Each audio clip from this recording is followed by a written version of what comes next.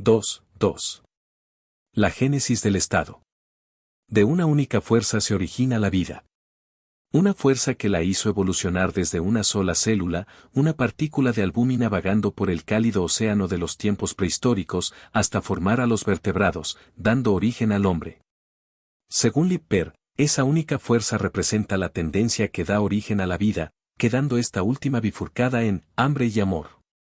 Con el hombre, no obstante, también la filosofía desempeña un papel importante dentro de estas fuerzas con el objetivo de sostener, junto al hambre y al amor, el andamiaje del mundo de los hombres.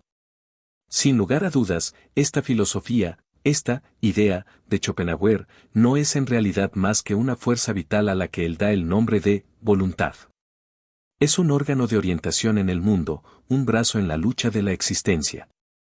A pesar de ello, llegaremos a reconocer el deseo de causalidad como una fuerza independiente que actúa por sí sola y que espera el acontecimiento de hechos sociales que actúen como colaboradores en el proceso sociológico del desarrollo. En los comienzos de la sociedad humana, así como más adelante conforme a su desarrollo, dicha tendencia ha ido bifurcándose en algunas nociones singulares a las que se les dio el nombre de superstición. Estas descansan en una serie de conclusiones puramente lógicas sacadas de observaciones incompletas en relación con el aire, el agua, la tierra, el fuego, los animales y las plantas, que parecían estar dotadas de una multitud de espíritus, tanto benignos como malignos. Se podría decir que en los tiempos más modernos, en un nivel solamente alcanzado por unas pocas etnias, también se observan los jóvenes elementos del deseo de causalidad, como por ejemplo la ciencia, que aparece como resultado lógico de la completa observación de hechos. Ciencia a la que se le solicita que acabe con un amplio y ramificado espectro de supersticiones que, por otra parte, han calado y han echado raíces en el alma misma de la humanidad. No obstante, y por poderoso que sea, especialmente en momentos de éxtasis, el fenómeno de las supersticiones puede haber influido incluso en los momentos más triviales de la historia, colaborando, quizás, en el desarrollo de la vida comunitaria de los humanos, donde la fuerza principal de desarrollo sigue dándose en las necesidades básicas para la vida, las cuales obligan al hombre a conseguir, tanto para él como para su familia, alimentos con los que alimentarse, ropas con las que vestirse y un techo donde guarecerse. Por lo tanto, esto sigue observándose como el impulso económico. Una investigación sociológica, y por sociológica queremos decir sociopsicológica, sobre el desarrollo de la historia no podría por lo tanto realizarse de otra forma que no fuese siguiendo los métodos mediante los cuales se han cubierto las necesidades económicas en su desarrollo paulatino, y teniendo en cuenta las influencias del impulso de causalidad dentro de un marco adecuado. 1. Medios políticos y económicos. Existen dos medios radicalmente opuestos por los cuales el hombre, que requiere sustento para poder vivir, es forzado a obtener los recursos necesarios para satisfacer sus deseos. Los dos medios a los que nos referimos son el trabajo y el hurto, el trabajo personal de cada individuo y la apropiación forzosa del trabajo ajeno. Hurto. Apropiación forzosa. Estas palabras nos transmiten la idea de delito y una connotación penitenciaria, puesto que formamos parte de una civilización desarrollada basada específicamente en la inviolabilidad de la propiedad. Y no nos alejamos demasiado de ello cuando estamos convencidos de que el hurto de tierras y zonas marinas constituye la relación originaria de la vida, al igual que el comercio del guerrero, que desde hace bastante tiempo no es más que el hurto masivo organizado, que constituye la más respetada de las ocupaciones. Tanto por ello como también debido a la necesidad de contar en el desarrollo posterior de este estudio con términos concisos, precisos y claramente contrapuestos para definir estos tan importantes contrastes, propongo denominar medios económicos al trabajo personal de cada individuo y al intercambio equivalente al trabajo personal e individual por el trabajo de otros para la satisfacción de necesidades. Por otra parte, la apropiación indebida del trabajo de otros individuos se denominará medios políticos. En realidad, la idea no es completamente nueva. A lo largo de la historia, los filósofos se han topado con esta contradicción y han intentado formularla. Sin embargo, ninguna de estas fórmulas ha conseguido desarrollar la premisa en su totalidad de manera lógica. Nunca se ha demostrado irrefutablemente que la contradicción en cuestión solo es evidente al tratar los medios mediante los cuales se obtiene el propósito idéntico, la adquisición de objetos económicos de consumo. Y sin embargo, este es el núcleo mismo de este razonamiento. En el caso de un pensador como Karl Marx, podría observarse hasta qué punto de confusión se llega si tanto el propósito como los medios económicos no se diferencian de manera estricta. Todos estos errores, que en última instancia apartaron de la verdad la espléndida teoría desarrollada por Marx, se sostenían en la falta de una clara diferenciación entre satisfacción de las necesidades de los medios económicos y el propósito de los mismos. Esto hizo que se designara la esclavitud como una categoría económica, y como una fuerza entendida como fuerza económica, ambas verdades a medias que resultan incluso más peligrosas que las completas, ya que su descubrimiento presenta una mayor dificultad y son inevitables las erróneas conclusiones que de ellas se desprenden. Por otro lado, nuestra propia y clara distinción de los dos medios en relación con un mismo propósito nos ayudará a evitar cualquier confusión como tal. Esta será nuestra clave para llegar a entender la evolución, la esencia y el propósito del Estado. Y, puesto que la única historia universal que se ha dado hasta el momento se ha tratado solo de una historia de estados, este razonamiento también ayudará a la hora de comprender la historia universal. Toda la historia, desde los tiempos primitivos hasta nuestros días, presenta y presentará un único tema hasta que hayamos alcanzado la libre ciudadanía, la lucha entre los medios económicos y los medios políticos. 2. Pueblos sin Estado, cazadores y cultivadores de la tierra. El Estado es una organización de los medios políticos. Por consiguiente, ningún Estado puede llegar a serlo hasta que los medios económicos no hayan desarrollado un número concreto de objetos para la satisfacción de necesidades, objetos que pueden arrebatarse mediante el hurto en tiempos bélicos. Por esta razón, los cazadores primitivos no tenían Estado, e incluso los cazadores con un mayor índice de desarrollo solo formaron parte de alguna estructura estatal cuando encontraron en sus alrededores alguna organización económica desarrollada que podían subyugar. No obstante, los cazadores primitivos vivían prácticamente en anarquía. En cuanto a los cazadores primitivos en general, Grosse comenta lo siguiente. Entre ellos no existen diferencias importantes de fortuna, por lo que no se da una fuente importante que pudiese dar lugar al origen de las diferencias de rango. En términos generales, todos los hombres adultos pertenecientes a una misma tribu disfrutaban de los mismos derechos. El hombre de más edad, gracias a su experiencia, disfruta de cierta autoridad, sin embargo, nadie siente la obligación de obedecerle. Donde en algunos casos se reconoce a los jefes. Como en el caso de los botocudos, los pueblos de California Central, los huetas y los mincopies, su poder es extremadamente limitado. Los jefes tribales no tienen medios para anteponer sus deseos a la voluntad del resto. No obstante, la mayoría de las tribus de cazadores no cuenta con ninguna figura que ejerza de jefe. La población masculina en su totalidad se presenta como una masa homogénea, sin diferencias, en la que solamente aquellos individuos a los que se les reconocían poderes mágicos alcanzaban cierta importancia. Así pues, difícilmente se observan indicios que desvelen cierta condición de Estado, ni siquiera en aquellos casos donde se siguen las más aceptadas teorías de Estado, y mucho menos donde de verdad se aplica la idea sociológica de Estado. La estructura social de los campesinos primitivos no se parece más a un Estado de lo que lo parecía el grupo de cazadores. Tampoco en los casos donde el campesino trabaja la tierra y vive en libertad existe un Estado. El arado siempre es la señal que simboliza la existencia de un estado económico más elevado, cosa que solamente se da en un estado, es decir, en un sistema de plantación trabajado por sirvientes dominados.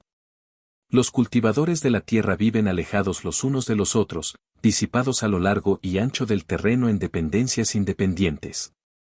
Quizás en aldeas separadas debido a disputas por el terreno o por cuestiones fronterizas.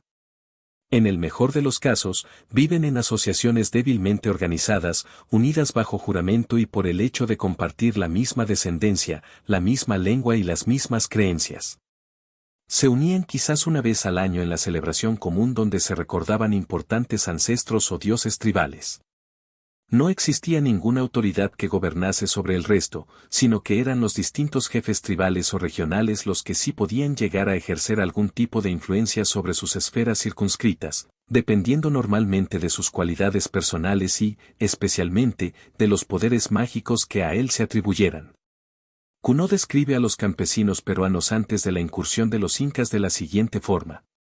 Una vida desregulada de muchos individuos independientes viviendo constante y mutuamente en guerra y que, de forma persistente, se dividen formando uniones territoriales más o menos autónomas y unidas por razones de parentesco.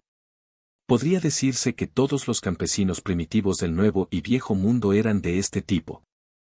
En un estado de sociedad como tal, es difícil imaginar que una organización violenta apareciese precisamente por razones bélicas.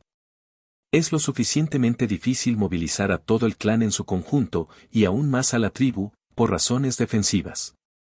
El campesino siempre encuentra dificultades de movilidad. Se encuentra tan enraizado a la tierra como las plantas que cultiva. De hecho, el trabajo que realiza lo une a la tierra, glebloe adscriptus, incluso cuando, en ausencia de ley alguna, tiene libertad de movimiento. Además, ¿qué propósito tendría realizar una expedición de saqueos en un país cuyos territorios están solamente ocupados por campesinos que trabajan la tierra? El campesino no puede llevarse del campesino nada que ya no posea. En una sociedad marcada por la abundancia de los terrenos agrarios, cada individuo dedica un poco de su trabajo para el cultivo total. Cada uno ocupa el territorio que necesita. Más sería innecesario. Su adquisición significaría trabajo perdido, incluso si los propietarios son capaces de conservar durante un periodo de tiempo determinado el grano ya asegurado. No obstante, en unas condiciones primitivas, el grano se estropea rápidamente debido a los cambios atmosféricos, las hormigas u otros agentes. Según Ratzel, el campesino de África Central ha de convertir la superflua porción correspondiente a su cultivo en cerveza tan pronto como le sea posible, con el objetivo de no perderlo por completo. Por todas estas razones, los campesinos primitivos para nada tienen ese deseo belicoso de tomar la ofensiva, marca que distingue a cazadores y pastores. La guerra no mejora sus condiciones. Y, además, esta actitud pacífica toma más relieve por el hecho de que los campesinos no se vuelven guerreros eficientes por el simple hecho de estar subyugados, mientras que los pastores y los nómadas, debido a su modo de vida, desarrollan una mayor ligereza y rapidez de acción y movimiento. Debido a ello, el campesino primitivo es normalmente de un carácter más templado que el de aquellos. Para resumir, dentro de las condiciones sociales y económicas de las distintas regiones de campesinos, no se aprecia diferenciación laboral para las altas formas de integración. Ni se da el impulso ni la posibilidad de subyugar de forma violenta a los habitantes cercanos. Por ende, no puede existir ningún Estado, y, de hecho, nunca ha existido ninguno con tales condiciones sociales. Si no se hubiese dado el impulso desde fuera por grupos de hombres que conseguían sus alimentos de distinta manera, los cultivadores de la tierra primitivos nunca habrían descubierto el Estado. 3. Pueblos anteriores al Estado, pastores y vikingos. Por otro lado, los pastores, incluso estando incomunicados, han desarrollado toda una serie de elementos que responden a la condición de Estado y, en aquellas tribus que han progresado en mayor medida, han desarrollado dicha condición en su totalidad, con la sola excepción del último punto de identificación que completa el Estado en su sentido moderno, es decir, exceptuando solamente la ocupación definitiva de un territorio circunscrito. Uno de esos elementos es económico. Incluso sin la intervención de ningún poder extraeconómico, entre los pastores sigue desarrollándose una diferenciación lo suficientemente destacada tanto en términos de propiedad como de ingresos. Habiendo asumido que, en un comienzo, el número de cabezas de ganado era totalmente igualitario, en un corto periodo de tiempo el mismo individuo podía ser más rico o más pobre. Un ganadero especialmente astuto vería su ganado aumentar en número rápidamente, mientras que un vigilante sereno y un cazador audaz protegerían su ganado de las bestias. El elemento suerte también afecta al resultado. Uno de estos pastores encuentra un terreno con excelentes puntos de abastecimiento de agua y buen forraje para dejar que su ganado pazca a su antojo, mientras que el otro, por el contrario, pierde todo su ganado debido a un brote de pestilencia, o bien a una fuerte nevada o tormenta de arena. Las desigualdades en términos de fortuna traen rápidamente consigo distinciones de clase. Los pastores que lo han perdido todo tienen que trabajar para el hombre rico, quedando por debajo de éste al hacerse dependientes de él. Allá donde viven pastores, en todas las tres partes del mundo antiguo, nos encontramos la misma historia. Mitsen relata el caso de los lapones, pueblo trashumante de Noruega, de la siguiente forma. 300 renos bastaban para una familia. Aquella que no tuviese más de 100 tendrá que ponerse al servicio del rico, cuyos rebaños alcanzaban las 1000 cabezas de ganado 8. El mismo escritor, hablando de los pueblos nómadas de Asia Central, escribe: una familia necesitaría hasta 300 cabezas de ganado para vivir bien, 100 cabezas significa pobreza y una vida con deudas. El sirviente ha de cultivar las tierras del Señor. En relación con los hotentotes africanos, Ratzel escribe lo que parece una forma de commendatio: el hombre pobre se esfuerza para trabajar para el hombre rico, su único objetivo es adquirir ganado. Laveleye, quien informa de las mismas circunstancias desde Irlanda, traza el origen y el nombre del sistema feudal, sistema feudal, en relación con los préstamos de ganado realizados por los individuos ricos hacia los miembros pobres de la tribu. En este sentido, un feud, posesión de ganado, fue la primera deuda mediante la cual, y mientras ésta no se saldase, el individuo pobre quedaba subyugado al rico, al que denominaba como su amo. Solamente podemos imaginar de manera difusa los métodos mediante los cuales, incluso en las más pacíficas hordas de pastores, esta diferenciación socioeconómica de carácter sucesivo puede haber sido mayor mientras hubiese cierta conexión entre el patriarcado y los cargos supremos y más elevados del sacerdocio, siempre y cuando los hombres mayores más astutos utilizaran inteligentemente la superstición de los miembros de su clan. Sin embargo, esta diferenciación, siempre y cuando no se vea afectada por los medios políticos, se da dentro de unos límites muy reducidos. Con toda certeza, la inteligencia y la eficiencia no son algo hereditario. El rebaño más grande se dividirá si son muchos los herederos de una familia, y la fortuna es un asunto espinoso. En nuestros tiempos, el hombre más rico de entre los lapones de Suecia, en el menor tiempo posible, ha acabado viviendo en unos niveles de pobreza tan severos que el gobierno ha tenido que intervenir en su ayuda. Todas estas causas provocan que la condición por la que se rige la igualdad socioeconómica se restituya más o menos. Cuanto más pacífico, autóctono y puro sea un nómada, más pequeñas son las diferencias palpables en cuanto a las posesiones. Resulta entrañable observar el placer con el que un viejo príncipe de la región de Tsaidam en Mongolia acepta su tributo o regalo, consistente en un puñado de tabaco, varios terrones de azúcar y 25 kopecks. Esta igualdad es destruida permanentemente y, en mayor grado, por los medios políticos.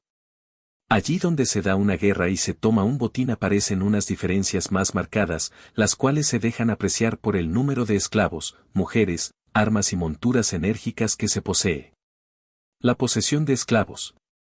Los nómadas son los que inventaron la esclavitud, gestando así la semilla del Estado, el primer caso de explotación económica del hombre por el hombre. Los cazadores libran batallas y toman cautivos, pero no los esclavizan, sino que, o bien acaban con ellos o bien los integran dentro de la tribu. Para él los esclavos no tendrían sentido. El botín adquirido en la casa puede almacenarse en menor grado de lo que el grano puede rentabilizarse.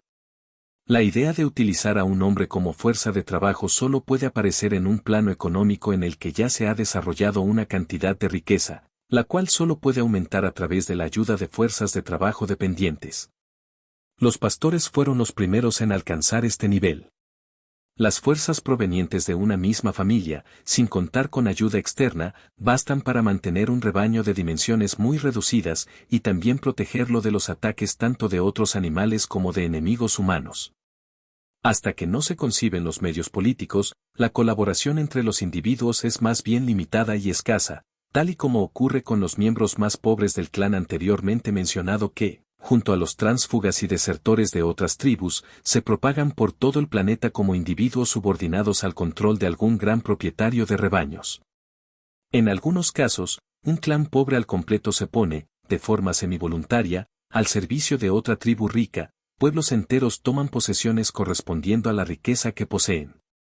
Por eso el pueblo tunguse, que vive en la pobreza, intenta siempre vivir en los alrededores de los Chukches, ya que encuentra trabajo guardando los rebaños de renos de este rico pueblo, que le paga con dichos animales. Y el dominio de los Ural samoyedos por parte de los irjaenes se produjo mediante la ocupación gradual de sus zonas de pastoreo 14. No obstante, exceptuando el último caso mencionado, el cual ya se parece bastante a la idea de Estado, las pocas fuerzas de trabajo que no tienen ningún capital no son suficientes como para permitir que el clan se haga con rebaños grandes. Además, los métodos de pastoreo imponen por sí mismos divisiones. Esto se debe a que un pastizal quizás no esté, como en los Alpes suizos se acostumbra a decir, bajo presión, es decir, que no pasca en él un gran número de ganado. El peligro de perder todo el ganado disminuye si éste se distribuye por varias zonas donde pastar, ya que las plagas, las tormentas, etc., solo pueden afectar a una parte del total ni tampoco el enemigo que venga desde fuera puede acabar con todas las cabezas de ganado de una sola vez. Por esa misma razón, los hereros, por ejemplo, obligan a todo propietario adinerado a tener, además del rebaño principal, algunos rebaños adicionales. Los hermanos pequeños, otros parientes cercanos, o si estos así lo prefieren, sirvientes ya ancianos, vigilan los ganados. Por esa misma razón, el nómada desarrollado no acaba con la vida del enemigo, ya que puede esclavizarlo y utilizarlo en sus zonas de pastoreo. Podemos ver esta transición de no acabar con el enemigo sino esclavizarlo en un rito habitual entre los escitas, ofrecían en ritual uno de cada 100 enemigos capturados. Lipper, quien ya deja constancia de esto, ve en ello el comienzo de una limitación y, por ello, la razón se observa evidentemente en el valor que adquiere un enemigo capturado al convertirse en sirviente de un pastor tribal 16. Con la introducción de esclavos en la economía tribal de los pastores, el Estado, en sus elementos esenciales, se completa, exceptuando el hecho de que todavía no se ha circunscrito de manera definitiva un límite territorial. Por consiguiente, el Estado tiene la forma misma del dominio y su fundamento económico es la explotación del trabajo de otros individuos. Por tanto, la diferenciación económica y la configuración de clases sociales progresan a pasos agigantados. Por regla general, los rebaños de aquellos individuos mejor posicionados que los dividen de forma estratégica y que tienen a su disposición un mayor número de sirvientes que vigilan, se mantienen en su cifra numérica inicial, a diferencia de los rebaños de los demás hombres libres que no cuentan con tantos medios. Además, los primeros también aumentan en número más rápidamente, puesto que los hombres ricos toman una mayor porción de los saqueos correspondiente al número de soldados, esclavos, que se posicionan en el terreno. De igual manera, el cargo de sumo sacerdote crea también una grieta que se va ensanchando y que llega a dividir al clan, donde en un principio reinaba la igualdad. Hasta que finalmente la nobleza genuina, descendientes ricos de ricos patriarcas, se sitúa en yuxtaposición frente a los demás hombres libres. En su organización progresiva, los indios pieles rojas no han desarrollado ni nobleza ni esclavitud 17, algo en lo que su organización se distingue más notablemente de la del viejo mundo. Ambas se forman a partir del desarrollo del patriarcado de individuos ganaderos. Por ello, a la hora de tratar todas las tribus pastoriles con mayor grado de desarrollo, encontramos una división social en tres categorías distintas: nobleza, jefes de familia, tal y como se encuentra en la Biblia, hombres libres iguales y esclavos. Según Mommsen, todos los pueblos indogermánicos tienen la esclavitud como institución jurídica. Esta situación se repite también en el caso de los arrianos y los semitas de Asia y África, así como con los amitas. Entre todos los fulanis del desierto del Sáhara, la sociedad se divide en príncipes, jefes, individuos comunes y esclavos, 20. Y la situación se repite allá donde miremos, por norma general, donde la esclavitud esté establecida de forma legal, como en caso del pueblo Oba y sus parientes polinesios, los nómadas marinos. En las mismas circunstancias, la psicología humana facilita la aparición de condiciones similares, independientemente del color y la raza. Es por ello por lo que los pastores se fueron acostumbrando paulatinamente a ganarse su sustento a través de la guerra, así como la explotación de otros individuos como mano de obra servil. Y hay que admitir que dicho modo de vida los empuja a utilizar cada vez más los medios políticos. Físicamente es más fuerte, hábil y tenaz que los cazadores primitivos, cuya fuente de alimentación es demasiado irregular como para permitirle llegar a obtener el mejor desarrollo físico que la naturaleza ofrece. En todo caso, los pastores pueden crecer hasta lo que la naturaleza les permite, puesto que siempre tienen a mano los nutrientes que les ofrecen la leche y la carne de sus rebaños. Podemos observarlo en los arrianos nómadas de transhumancia equina, así como en los pastores de Asia y África como, por ejemplo, el pueblo zulú. Además, las tribus de pastores aumentan más rápidamente que los grupos de cazadores. Esto no solo se debe a que los adultos obtienen muchos más nutrientes de un territorio determinado, sino también porque el contar con leche animal acorta el periodo de cuidados maternales, permitiendo así que la madre sea capaz de traer más hijos al mundo y criarlos hasta la madurez. Como consecuencia, los terrenos de pastoreo y las estepas del viejo mundo se convirtieron en fuentes inacabables que periódicamente se desbordaban a causa de inundaciones humanas, de manera que acabaron siendo llamados Vaginse Gentium. Por otra parte, encontramos un mayor número de guerreros armados entre los pastores que entre los cazadores. Cada uno de estos pastores es por sí solo más fuerte, y todos ellos juntos son, al menos, tan flexibles como una multitud de cazadores, aunque los jinetes y camelleros de entre ellos son sin comparación alguna más ágiles. Esta gran multitud de las mejores cualidades individuales se une en una organización que solamente es posible bajo la tutela de un patriarcado esclavista con experiencia de gobierno, una organización preparada y desarrollada por la actividad que realiza y, por ende, superior a los guerreros jóvenes con los que cuentan los cazadores y que juran servir a un único jefe. Cabe observar que los cazadores trabajan mejor solos que en grupos reducidos. Los pastores, por el contrario, operan mejor si son más, situación en la que cada individuo se encuentra mejor protegido y que supone, en todos los sentidos, una expedición que va levantando campamentos armados allí por donde pisa. De este modo se desarrolló una ciencia de maniobras tácticas, estricta subordinación y firme disciplina. Tal y como expresa Ratzel. Uno no comete ningún error si considera como factor disciplinario en la vida de los nómadas el orden en el que se disponen las tiendas, orden que se viene repitiendo desde tiempos inmemoriales. Todos y todo ocupa un lugar concreto y tradicional, de ahí la rapidez y el orden a la hora de asentarse, montar, desmontar y recoger los campamentos. No se tiene constancia de que alguien sin órdenes o sin ninguna razón urgente haya cambiado su posición. Gracias a esta estricta disciplina, las tiendas pueden recogerse en un espacio de tiempo inferior a una hora. Las mismas órdenes, dadas y obedecidas desde tiempos inmemoriales, regulan la marcha bélica de los pastores, quienes en la caza iban a paso tranquilo. Por eso se convirtieron en luchadores profesionales, incontenibles hasta que el Estado desarrolló una organización mucho mayor y más poderosa. Pastor y guerrero hacían referencia al mismo concepto. Las declaraciones de Ratzel en relación con los nómadas de Asia Central responde a todos ellos.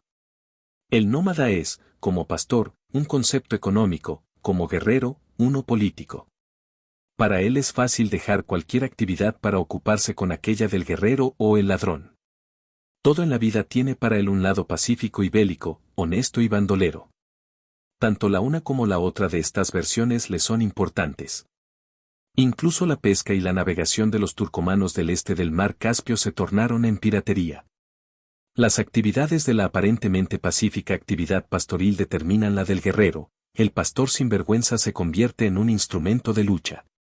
En el otoño, cuando los caballos regresan llenos de energía de los pastizales y ya se ha completado el segundo esquileo de las ovejas, la mente de los nómadas se centra en alguna contienda o expedición con el fin de robar que responde al nombre de Varanta, literalmente, hacer o ganar más ganado. Esta es una expresión de la ley del más fuerte por la que, en las disputas sobre elementos de iure, cuestiones de parentesco o cuestiones que afectan a la dignidad, se persigue tanto castigar como despojar al enemigo de sus bienes más preciados, es decir, su ganado. Los varones jóvenes que no han participado en ninguna varanta deben primero ganarse el nombre de batir, héroe, y posteriormente el honor y el respeto. El placer de poseer, unido al deseo aventurero, desarrolla una triple graduación descendente, vengador, héroe y ladrón. Al igual que con los nómadas terrestres, también se produce un desarrollo idéntico en el caso de los nómadas marinos, los vikingos. Esto es algo natural, ya que en los casos más importantes que se han dado a lo largo de la historia de la humanidad, los nómadas marinos son simplemente nómadas terrestres que se han lanzado al mar.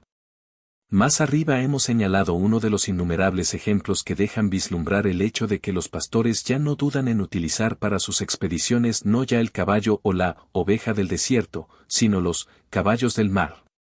Este caso puede observarse en los turcomanos del este del mar Caspio. Otro ejemplo lo constituyen los escitas.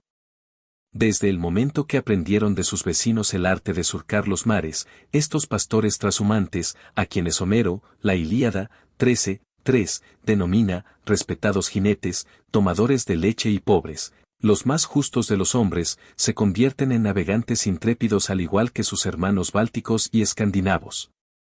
Estrabo, Cas. 301, se queja de la siguiente forma: desde que se han aventurado a la mar, cometiendo actos de piratería y asesinando a extranjeros, se han vuelto más osados y, asociándose con muchos pueblos distintos, adoptan el comercio mezquino y sus hábitos de despilfarro.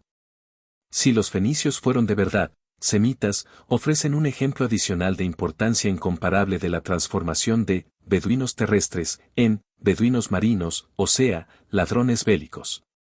Y lo mismo ocurre con probablemente la inmensa mayoría de pueblos que saquearon los países ricos del Mediterráneo, ya sea desde la costa de Asia Menor, Dalmacia o África del Norte. Estos empezaron desde tiempos tempranos, como se puede observar en los monumentos egipcios. Los griegos no fueron admitidos en Egipto y continúan hasta nuestros tiempos, por ejemplo, los piratas del Rif. Los moros, del norte de África, una mezcla entre árabes y bereberes, ambos originariamente nómadas terrestres, constituyen quizás el ejemplo más notorio donde se aprecia este cambio.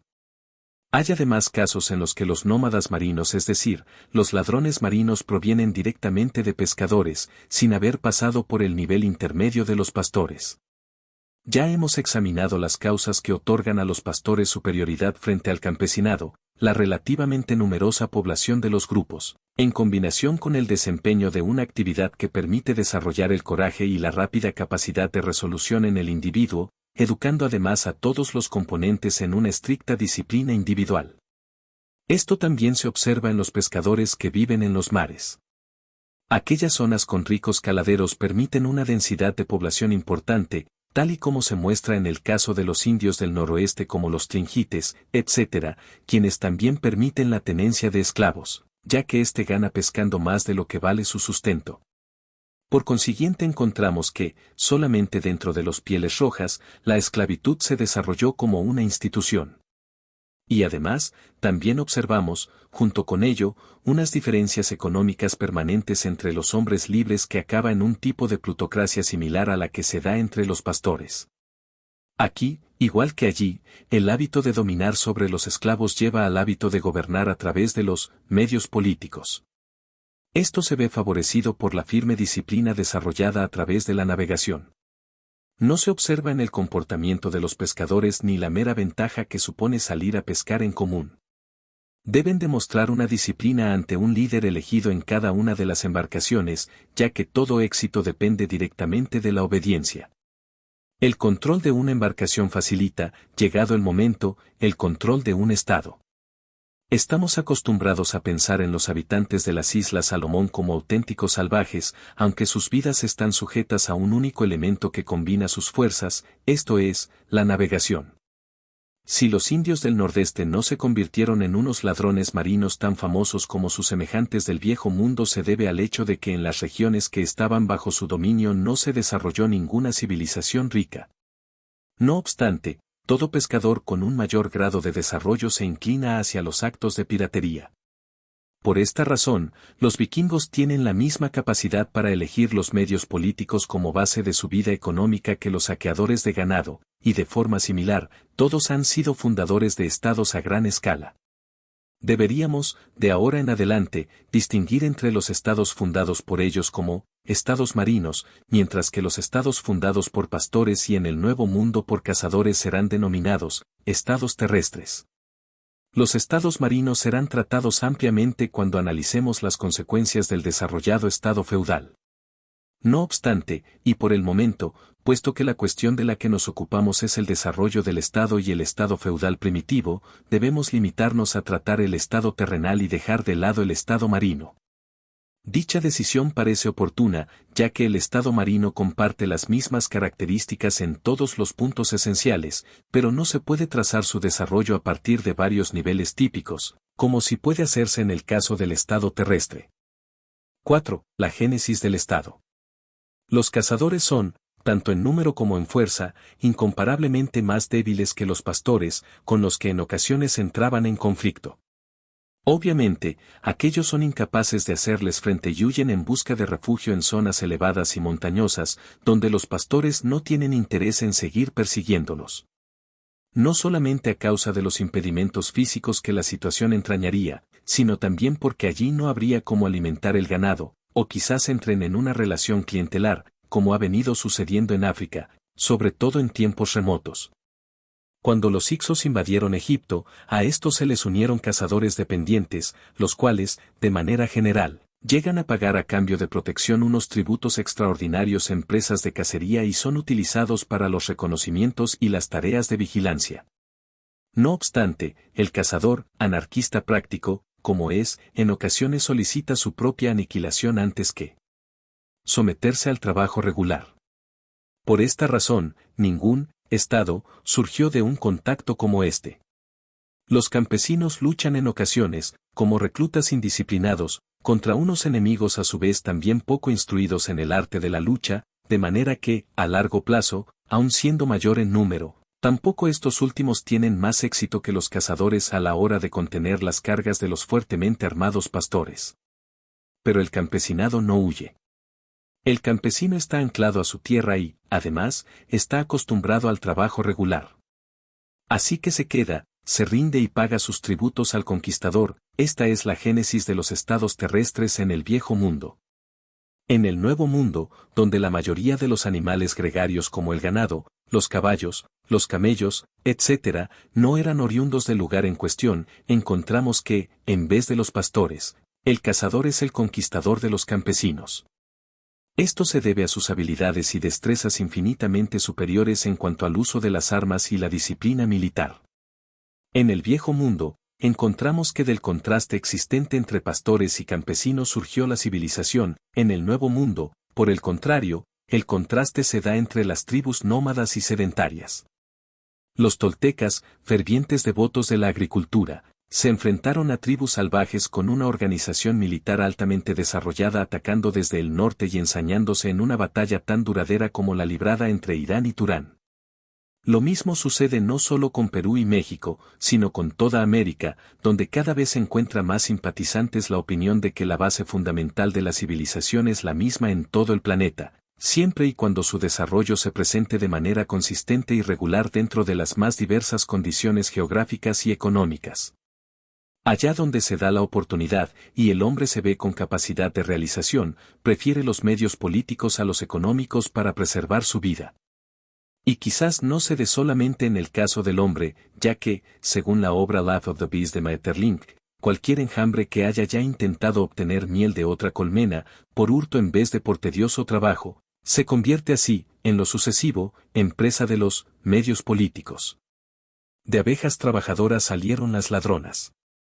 Sin atender a las configuraciones estatales acaecidas en el Nuevo Mundo, las cuales no son de gran importancia dentro de la historia universal, la causa de la génesis de todo Estado es el contraste existente entre campesinos y pastores, entre tierras bajas y valles. Contemplando la sociología desde un punto de vista geográfico, Ratzel expresa ingeniosamente: se ha de recordar que los nómadas no siempre aniquilan la población enemiga de los asentamientos. Esto no solo sucede en tribus, sino también en aquellos estados que gozan de cierto poder. El carácter violento de los nómadas es un factor importante dentro de la configuración de los estados. Puede observarse en las magnánimas naciones de Asia que eran controladas por dinastías y ejércitos de nómadas, entre los que podemos destacar Persia, gobernada por los turcos, China, conquistada y gobernada por los mongoles y los manchúes, al igual que los estados mongol y Rajputa de la India y los estados en la frontera con Sudán, donde la amalgamación de los antiguos individuos hostiles aún no se ha desarrollado, aunque sí permanecen unidos en pos del beneficio común. En ningún lugar se ha demostrado de forma tan certera como se ha hecho en la zona fronteriza de los pueblos nómadas y campesinos que los inmensos esfuerzos en pos de la civilización realizados por los nómadas no son el resultado de ninguna actividad civilizadora, sino de explotaciones realizadas en un primer momento en detrimento del trabajo pacífico. Su importancia reside en la capacidad por parte de los nómadas de mantener unidas las razas sedentarias, las cuales, de lo contrario, simplemente desaparecerían. Y aún así, este pueblo tan laborioso e inteligente no tuvo ni nunca pudo tener la voluntad ni el poder suficientes como para llegar a gobernar, ni el espíritu militar, ni el sentido del orden y subordinación que merece un Estado. Por ello, los señores hijos del desierto de Sudán gobiernan a la población negra, al igual que los manchúes gobiernan a sus sometidos chinos. Esto sucede de conformidad con una ley, vigente desde Tombuctú a Pekín, conforme a la cual surgen ventajosas formaciones estatales situadas en ricas zonas de cultivo que limitan con fértiles praderas, donde una gran cultura material de pueblos sedentarios cae violentamente bajo el dominio de aquellos que viven en las praderas y que presentan una gran energía, capacidad bélica y el deseo de gobernar. En la génesis del Estado, ya sea en el dominio de una comunidad de campesinos bajo el yugo de un grupo de pastores o bien de nómadas marinos, es necesario distinguir 6 niveles distintos. En la idea que a continuación se presenta no ha de asumirse que el desarrollo histórico actual deba, en cada caso particular, ir subiendo paso a paso de nivel. No obstante, incluso en este caso, el argumento no se sostiene solamente en meras construcciones teóricas, ya que cada nivel en particular se encuentra en numerosos ejemplos, tanto en la etnología como en la historia del mundo, y si existen estados que aparentemente han progresado a través de todos ellos. No obstante, existen muchos otros que se han saltado uno o más niveles. El primer nivel abarca el robo y el asesinato en luchas fronterizas, los combates interminables que ni la paz ni el armisticio pueden frenar. Es un nivel marcado por matanzas de hombres, secuestros de mujeres y niños, saqueos de rebaños e incendios de viviendas. Incluso si se derrota a los delincuentes desde un primer momento, estos regresan en mayor número, llamados por el deber de honrar a su linaje. En ocasiones, el grupo de campesinos se unía, organizaba a sus milicianos y derrotaba a tan diestro enemigo de manera temporal. Sin embargo, la movilización es un proceso lento y acarrear el abastecimiento hasta el desierto era demasiado pesado para los campesinos. A diferencia del enemigo, la milicia del campesinado sí acarrea sus reservas de comida a sus rebaños allá por donde van. En el suroeste africano, los alemanes fueron recientemente testigos de las dificultades que una fuerza altamente disciplinada y superior, equipada con un tren cargado de suministros que estaba conectado por vía ferroviaria al punto de abastecimiento, y con el apoyo del Imperio alemán, podría encontrar a la hora de luchar con un grupo de pastores soldados, quienes consiguieron dar a los alemanes un buen revés. En el caso de los reclutas más primitivos, dicha dificultad se veía incrementada por el angosto espíritu del campesino, quien solamente cuenta con su propia vecindad y en el que también influye el hecho de que mientras se suceden las guerras, no se cultiva. Así pues, en tales casos y a largo plazo, aquel grupo que es más pequeño, compacto y que se moviliza de manera más eficiente vence a la inmensa masa desunida, al igual que la pantera vence al búfalo. Este es el primer nivel dentro de la configuración de los estados. Y puede ser que el estado permanezca igual durante cientos, quizás miles de años. El siguiente es un ejemplo extremadamente característico. Cada una de las distintas tribus turcomanas limitó en otros tiempos un amplio terreno que podría designarse como su zona de saqueos.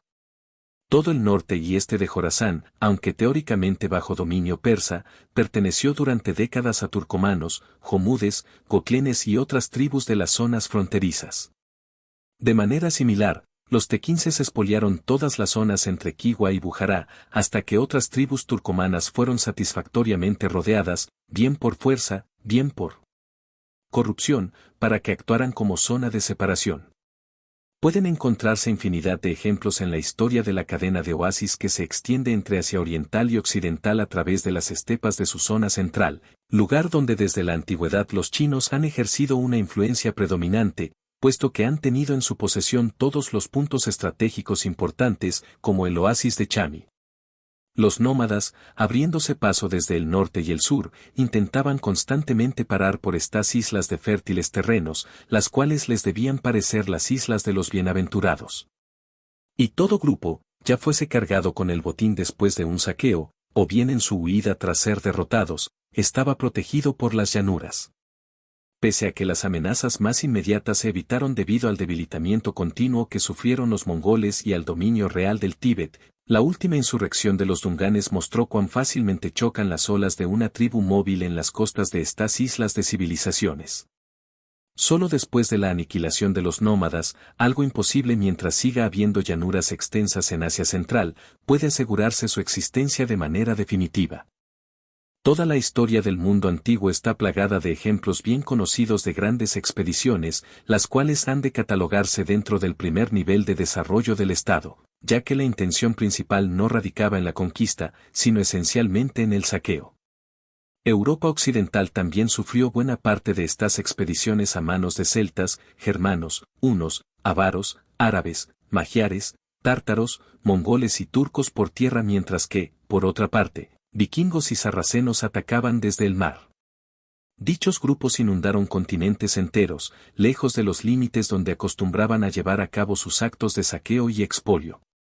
Estos desaparecieron, volvieron y fueron absorbidos, dejando solamente tras de sí tierras devastadas. No obstante, en muchos casos, avanzaron y saltaron directamente en alguna parte de la zona inundada hasta el sexto y último nivel de la configuración del Estado, casos en los que establecieron un dominio permanente sobre el campesinado. Ratzel deja constancia, de manera excelente, de estas grandes migraciones en la siguiente cita. Las expediciones de grandes grupos de nómadas contrasta con su movimiento, gota a gota y paso a paso, puesto que inundaron con un tremendo poder algunas zonas, especialmente hacia Central y los países de alrededor. Los nómadas de esta zona, al igual que los de Arabia y norte de África, unieron su movilidad a su forma de vida con una organización que hacía avanzar a todo el conjunto hacia un objetivo común. Parece característico de los nómadas el hecho de que desarrollen con facilidad poderes despóticos y de amplio alcance a partir de la cohesión patriarcal reinante en la tribu. Y es así como se originan los gobiernos de masas, los cuales se asemejan a otras alteraciones que tienen lugar entre los hombres, de la misma forma en que unas bravas y caudalosas aguas se asemejan a la constante y dilatada corriente que emana de un manantial. La historia de China, India y Persia, no menos que la de Europa, muestra también su importancia histórica. Cuando comenzaron a moverse dentro de sus márgenes junto con sus esposas e hijos, esclavos y carretas, rebaños y parafernalias, inundaron las tierras fronterizas. Si bien esto pudo haber supuesto un lastre a la hora de movilizarse de manera rápida, el resultado fue el contrario. Los habitantes atemorizados se disponían antes que ellos y, al igual que una ola traída desde los terrenos conquistados, los iban despojando de sus riquezas. Puesto que cargaban con todo lo que poseían, sus nuevas viviendas estaban equipadas con todas sus posesiones y, por ende, los asentamientos finales constituyeron hechos etnográficos de gran importancia. Después de esto, los magiares inundaron Hungría, los manchúes invadieron China y los turcos, los países comprendidos entre Persia y el Adriático. Todo lo que se ha dicho hasta el momento en relación con los hamitas, semitas y mongoles, podría también decirse, al menos en parte, de las tribus arrianas de pastores y de los verdaderos negros, al menos aquellos que viven solamente de sus rebaños. Las tribus móviles y belicosas de los kafires poseen un poder expansivo que solo necesita de un objeto tentador para conseguir efectos violentos y derrocar las relaciones etnológicas existentes entre varias zonas. Y la zona de África Oriental ofrecía dicho objeto. Al igual que en otros países del interior, también aquí el clima hizo posible la cría de ganado y no paralizó desde un primer momento el tremendo impacto de los nómadas, permitiendo que numerosos pueblos agrícolas pacíficos se pudiesen desarrollar. Las tribus nómadas de kafires se adentraron, como en estampida, hacia las fértiles tierras del río Zambeze, así como hacia las zonas altas situadas entre Tanganica y la zona del litoral. Una vez allí, encontraron al ejército de los Watusi, una avanzada de fervor amita procedente del norte. Los antiguos habitantes de estas zonas fueron exterminados, o bien desde su posición de siervos cultivaron las tierras que antes poseían o, de nuevo, siguieron viviendo en asentamientos olvidados por las corrientes conquistadoras. Todo esto ha venido sucediendo ante nuestros ojos. Algunas cosas todavía suceden. A lo largo de muchos miles de años se ha enfrascado toda África Oriental desde el río Zambeze hasta el mar Mediterráneo. La incursión de los Hicsos, mediante la cual Egipto estuvo sometido durante más de 500 años al poder de las tribus pastoriles de los desiertos oriental y septentrional, parientes de los pueblos que a día de hoy crían su ganado a orillas del río Nilo y del Mar Rojo, supone la primera configuración autentificada de un estado. A estos estados siguieron muchos más, tanto en el mismo país del Nilo como en otros más al sur, llegando hasta el imperio de Muata Jambo en la ribera sur del distrito del Congo Central, del que ya dejaron constancia los comerciantes portugueses en Angola a finales del siglo XVI, y siguiendo por el imperio de Uganda, que solo en nuestra época ha sucumbido a la organización militar superior de Europa. El desierto y la civilización nunca han estado en plena paz entre ellos, sino que las batallas y los enfrentamientos acaecidos se presentan de forma similar y plagados de repeticiones. De forma similar y llena de repeticiones. Esto mismo podría decirse de la historia universal atendiendo a sus líneas generales. El ego del ser humano en su aspecto fundamental es similar a lo largo y ancho del planeta. Actúa uniformemente, obedeciendo a las mismas influencias del ambiente con todas las razas y etnias en cualquier parte del planeta, tanto en los trópicos como en las zonas templadas. Uno debe alejarse lo suficiente y adoptar un punto de vista tan lúcido que el aspecto heterogéneo de los detalles no ensombrezca los grandes movimientos de la masa en cuestión. En tal caso, a nuestros ojos escapan la forma de lucha, el tipo de transhumancia y la naturaleza trabajadora de tales colectivos, si bien es cierto que su esencia, siempre igual, nueva e inalterable a los cambios, continúa apareciendo bajo una serie de leyes universales. Paulatinamente, partiendo de este nivel, se desarrolla el segundo, en el cual el campesino, después de miles de intentos infructuosos de alzamiento, ha aceptado su destino y no opone más resistencia. Es en esta época cuando comienza a vislumbrarse en la conciencia de los salvajes pastores que un campesino muerto ya no coge su arado para trabajar la tierra y que un árbol que se tala ya no da frutos. Así pues, por su propio interés y siempre que sea posible, deja al campesino con vida y al árbol sin talar. La expedición de los pastores tiene lugar tal como antes, todos los miembros se arman, pero no intentan ni esperan apropiarse de nada por medios bélicos o violentos. Los saqueadores queman, asolan y asesinan solo cuando es necesario para reforzar algún respeto saludable, o bien para acabar con algún caso de resistencia puntual. No obstante, en general, de manera acorde con un derecho consuetudinario en desarrollo germen primero del desarrollo de toda ley pública, el pastor se apropia solamente de los excedentes de los campesinos. O lo que es lo mismo, le deja al campesino su hogar, sus aperos y sus provisiones hasta la próxima cosecha 35. En el primer nivel, el pastor se asemeja al oso que, con el objetivo de hacerse con la colmena, la destruye. En el segundo nivel, se asemeja a un apicultor, quien deja a las abejas suficiente miel para que mantengan sus colmenas durante el invierno. El progreso entre el primer y el segundo nivel es asombroso. Gigante es el paso que se ha dado, tanto económica como políticamente. Al principio, tal y como hemos visto, la adquisición por parte de la tribu de pastores era puramente de ocupación. Sin tener en cuenta las consecuencias, destruían las fuentes de riqueza futura a cambio del placer y la alegría del momento. Por lo tanto, la adquisición empezó a ser económica, puesto que toda economía se basa en una gestión eficiente del hogar o, en otras palabras, en frenar el disfrute momentáneo teniendo en cuenta las necesidades que puedan darse en el futuro. Los pastores han aprendido a capitalizar. Es un gran paso hacia adelante en términos políticos el que se da cuando un ser humano completamente extraño, preso hasta ahora cual alimaña, obtiene un valor y es reconocido como fuente de riqueza. Aunque esto supone el comienzo de la esclavitud, la subyugación y la explotación, resulta ser al mismo tiempo la génesis de una forma más elevada de sociedad, la cual se extiende más allá de la familia basada en lazos de sangre. También hemos visto cómo entre ladrones y robados se dieron los primeros pasos hacia una relación jurídica entre quienes hasta el momento habían sido solo enemigos mortales. Así pues, el campesino obtiene algo que finalmente se parece a un derecho, el derecho a las meras necesidades básicas para la vida, de manera que comienza a verse como algo malo el matar o neutralizar al hombre que opone resistencia. Y lo que es mejor, paulatinamente se van tejiendo hilos más finos y delicados formando una red que, si bien todavía es muy fina, trae consigo más relaciones entre seres humanos que el pacto habitual por el que se dividen las pérdidas y ganancias. Dado que los pastores no solamente se encuentran con los cazadores para combatir, están ahora en mejor posición de solicitar una petición de manera respetuosa, así como de remediar una queja bien fundamentada. El imperativo categórico, de equidad, no hagas a los demás lo que no quieres que te hagan a ti, ha gobernado a los pastores solamente en sus relaciones con otros miembros de la misma tribu y del mismo tipo. Ahora, por primera vez, se comienza también a susurrar tímidamente en nombre de todos aquellos que son ajenos a las relaciones sanguíneas. Aquí también hallamos el germen de tan magnífico proceso de amalgamación externa, la cual ha configurado naciones enteras a partir de grupos pequeños de individuos y que, en el futuro, gestará y dará vida al concepto de humanidad. También encontramos el germen de la unificación interna en aquellas tribus que estuvieron separadas, unificación que dará como fruto, a diferencia del odio de los bárbaros, todo el amor propio del humanismo, el cristianismo y el budismo.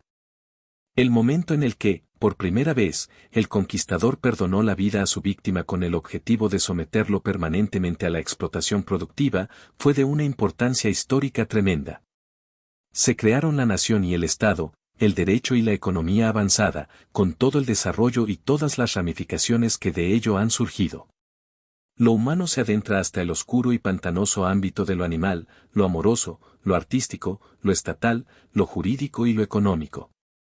Sin embargo, sigue existiendo otra tendencia que anuda de forma más estrecha estas relaciones psíquicas. Recogiendo de nuevo la comparación entre el pastor y el oso, también hay en el desierto, además del oso apicultor que cuida a las abejas, otros osos ansiosos por hacerse con un poco de miel. Pero nuestra tribu de pastores les bloquea el paso, protegiendo así sus colmenas por medio de las armas. Cada vez que el peligro acechaba, los campesinos tomaban como costumbre llamar a los pastores, a los cuales ya no veían como ladrones ni asesinos, sino como protectores y salvadores. Imaginen la alegría de los campesinos al ver que el grupo de justicieros traía de vuelta consigo a la aldea, junto a las cabezas o cabelleras de los enemigos, a las mujeres y niños que había sido tomados como botín. Estos lazos ya no suponen ninguna amenaza, sino que dan lugar a grupos más fuertes y más unidos. Existe un factor principal en esta integración, por el cual, en el desarrollo posterior, aquellos individuos que en un principio no compartían lazos sanguíneos y que, por lo general, tampoco compartían el mismo lenguaje, acababan mezclándose en un único pueblo, con un único lenguaje, unas únicas costumbres y un único sentimiento de nación. Dicha unidad crece atendiendo al sufrimiento, las necesidades, las victorias, las derrotas, las alegrías y las penas comunes. Además, se abre toda una amplia y nueva esfera desde el momento en que el amo y el esclavo sirven a los mismos intereses, cuando se crea una corriente de simpatía, una sensación de servicio común. Ambas partes comprenden y, de forma gradual, reconocen la humanidad como un presente en el otro. Poco a poco se van haciendo más patentes ciertos puntos en común que relegan a otra esfera aquellas diferencias culturales, lingüísticas, religiosas y de atuendo que hasta el momento solo habían hecho florecer sentimientos de aversión y odio entre los distintos clanes. Y también, paulatinamente, aprendieron a entenderse, en un primer momento a través del lenguaje común y, posteriormente, mediante procesos psicológicos. Así, la red de interrelaciones psíquicas se hizo más fuerte. A partir de este segundo nivel de la formación de un Estado se ha esbozado, principalmente, la base de este escrito. Ningún paso dado posteriormente puede compararse en términos de importancia a la transición a través de la cual el cazador pasa a convertirse en labrador, razón principal por la que son pocas las pruebas necesarias para ofrecer una explicación al respecto. El tercer nivel aparece cuando el excedente, obtenido por el campesinado es ofrecido a los pastores de manera regular en forma de tributo, una regla que otorga a ambas partes una serie de ventajas obvias y de gran relevancia.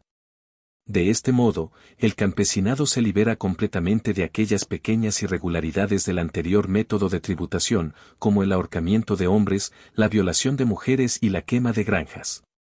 Por otro lado, los pastores no tienen que gastar ni trabajar para acometer dicha empresa, usando una expresión mercantil, sino que dedican su tiempo y su energía a la ampliación de los trabajos. En otras palabras, al dominio de otros campesinos. Esta forma de tributo puede encontrarse en muchos otros ejemplos bien conocidos de la historia. Los hunos, magiares, tártaros y turcos obtuvieron sus grandes ingresos de los tributos que cobraban en Europa. En ocasiones, la naturaleza del tributo que pagaban los dominados a sus amos es, en mayor o menor medida, borrosa, y el acto asume la apariencia de pago a cambio de protección o, en realidad, de subvención. Asimismo, se conoce bastante bien la historia en la que Atila fue representado por el debilitado emperador de Constantinopla como un príncipe vasallo, si bien también es cierto que el tributo que éste pagó al huno se registró como cierta clase de honorario.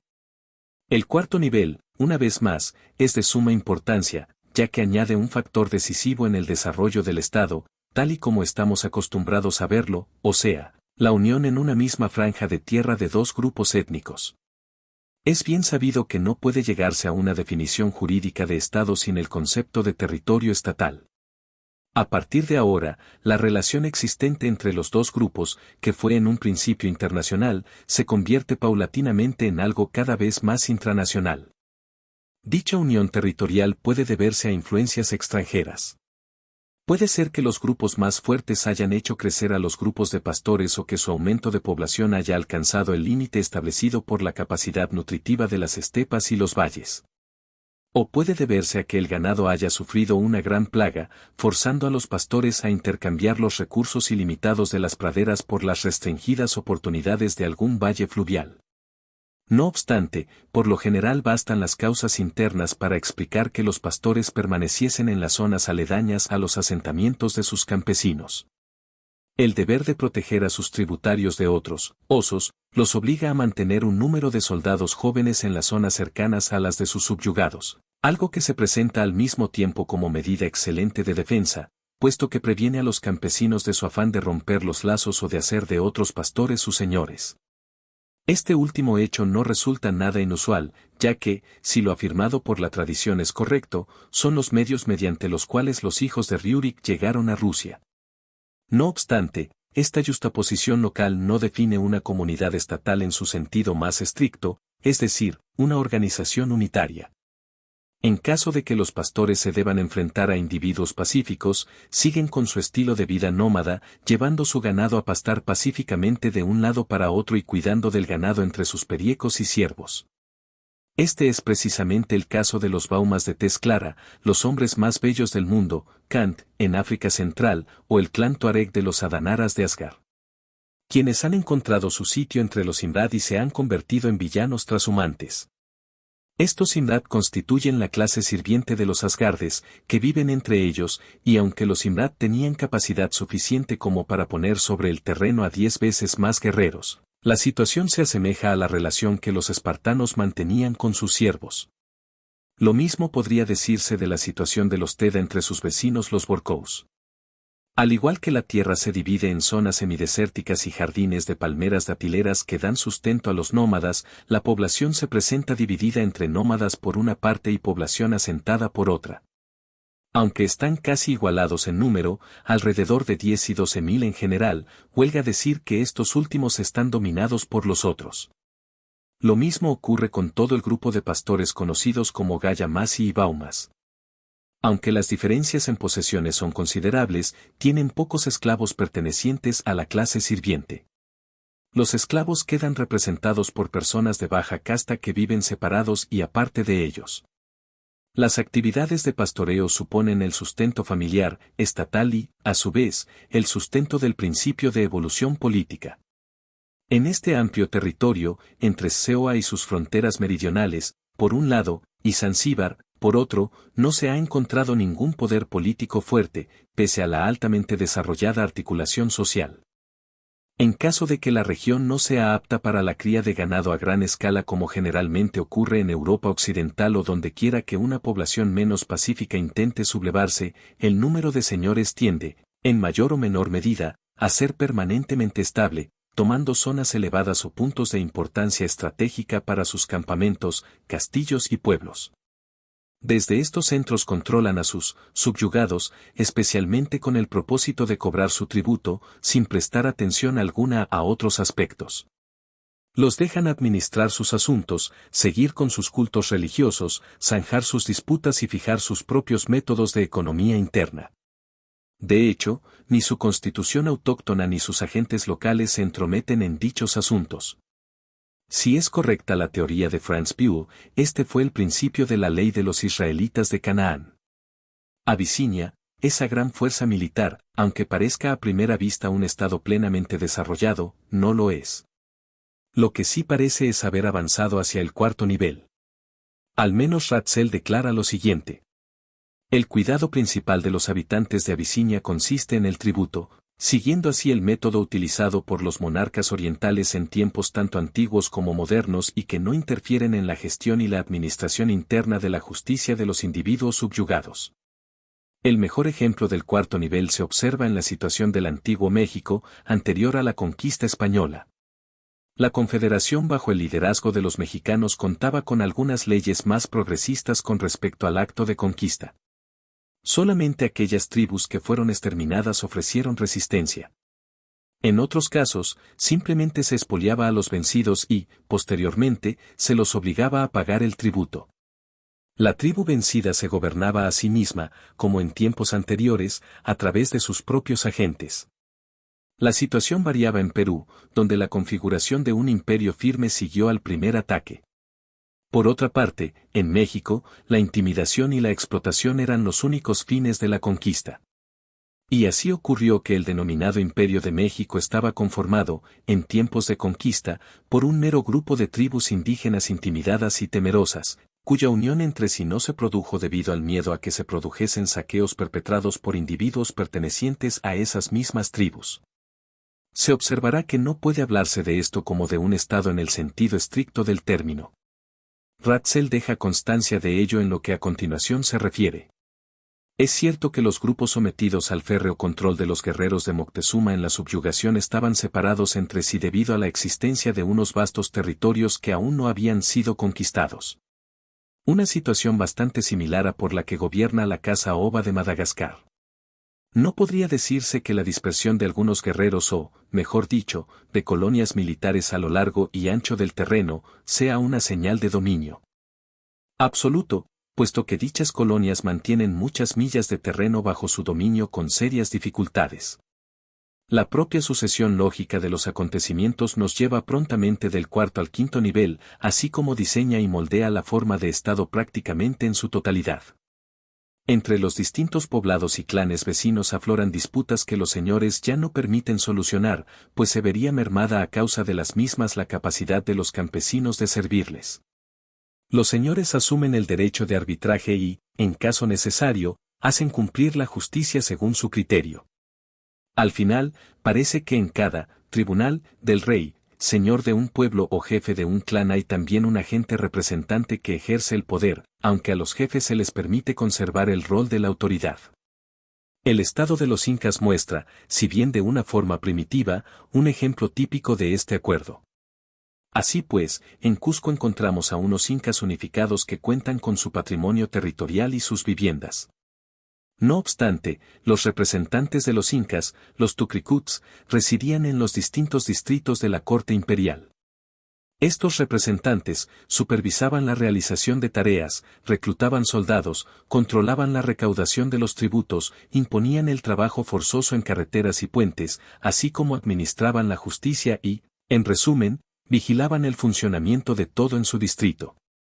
Las mismas instituciones que han desarrollado los cazadores americanos y los pastores semitas pueden encontrarse también entre los pastores africanos. En Asanti, el sistema de los tucricut se ha venido desarrollando de una manera típica, y los duayas han instaurado que sus subyugados vivan en pueblos segregados, una institución basada en la conquista a medio camino entre un sistema feudal y la esclavitud. Este autor también informa que los barotses tienen una constitución que corresponde al primer nivel de organización feudal en el medievo. Sus pueblos están, por regla general, rodeados de aldeas donde viven sus siervos. Estos cultivan grano o crían ganado a lo largo y ancho de todo el territorio de su señor hasta llegar al núcleo de sus vecinos más cercanos. Lo único que no resulta típico aquí es que los señores no viven en residencias o castillos aislados, sino que se establecen en los pueblos donde habitan los individuos subyugados. Esto solo supone un estrecho paso desde los incas a los dorios en la Cedemonia, Mesenia o Creta, y no es mucha la diferencia que separa a los fulinis, doayas y barotses de los, en comparación, rígidamente organizados estados feudales de los imperios de la África Negra de Uganda, Unyoro, etc., y los imperios feudales correspondientes a Europa Oriental y Occidental y Asia en su totalidad. En todo caso, gracias a la fuerte sinergia que entrañan unas mismas causas sociales y psicológicas, los resultados son bastante semejantes.